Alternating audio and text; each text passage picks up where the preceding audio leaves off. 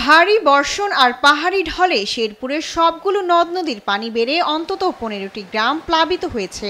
এরই মধ্যে ঝিনাইগাতীর মহারশী আর সোমেশ্বরী নদীর পানিও বেড়েছে কয়েক গুণ, আর ফসলি জমি পানিতে তলিয়ে যাওয়ায় দেখা দিয়েছে ক্ষতির আশঙ্কা। যে কোনো মুহূর্তে আমাদের রান্নাবাড়ি করা বন্ধ হয়ে যেতে পারে।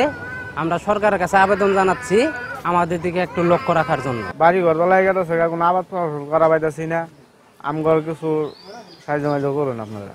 প্রাকৃতিক দুর্যোগ মোকাবেলায় সব ধরনের প্রস্তুতি রয়েছে বলে জানিয়েছে স্থানীয় প্রশাসন। কয়েকটি জায়গায় ভাঙনের ফলে পানি লোকালয়ে প্রবেশ করছে, কিছু কৃষি জমি প্লাবিত হয়েছে। আকস্মিক বন্যার ফলে আমাদের কৃষকদের যে ক্ষতি হচ্ছে, সেই ক্ষতিগ্রস্ত কৃষকদের মাঝে আমরা কৃষি অফিসের মাধ্যমে কৃষি প্রণোদনার ব্যবস্থা করে থাকি।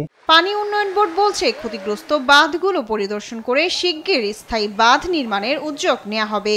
অগ্রাধিকার ভিত্তিতে যেখানে যেখানে কাজ প্রয়োজন সেখানে আমরা প্রকল্প প্রস্তাব দাখিল করে সেটি বাস্তবায়ন করতে পারব।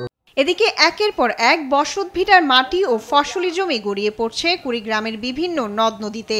একইভাবে ভাঙছে উলিপুর উপজেলার বেগমগঞ্জের মোল্লারহাট, রৌমারী, চিলমারী, রাজারহাট, ফুলবাড়ী সহ 9 উপজেলার 32টি পয়েন্টে। এসব এলাকায় চলতি বর্ষা মৌসুমে বসতভিটা হারিয়েছে কয়েকশো পরিবার। এই নদী ভাঙাইয়া জায়গা সম্পদ বাড়িঘর পরিবার সব নষ্ট হয়ে যাইতেছে। 200 বিঘা জমি অটো চলে খাওয়া নাকছে, কি করি বাবা, আমার আর কোনো উপায় নাই। বরাদ্দ সাপেক্ষে ভাঙন রোধে জরুরি ভিত্তিতে কাজ করার আশ্বাস দিয়েছেন এই নির্বাহী প্রকৌশলী। ইতিমধ্যে 25টি জায়গায় আমরা কাজ বাস্তবায়ন শুরু করেছি, চলমান আছে। এর বাইরেও আমরা প্রায়োরিটি ভিত্তিতে অনুমোদন প্রাপ্তি সাপেক্ষে কাজগুলো বাস্তবায়ন শুরু করছি। ভাঙন রোধে যথাযথ পদক্ষেপ গ্রহণ করবে প্রশাসন, এমনটাই প্রত্যাশা সচেতন মহলের।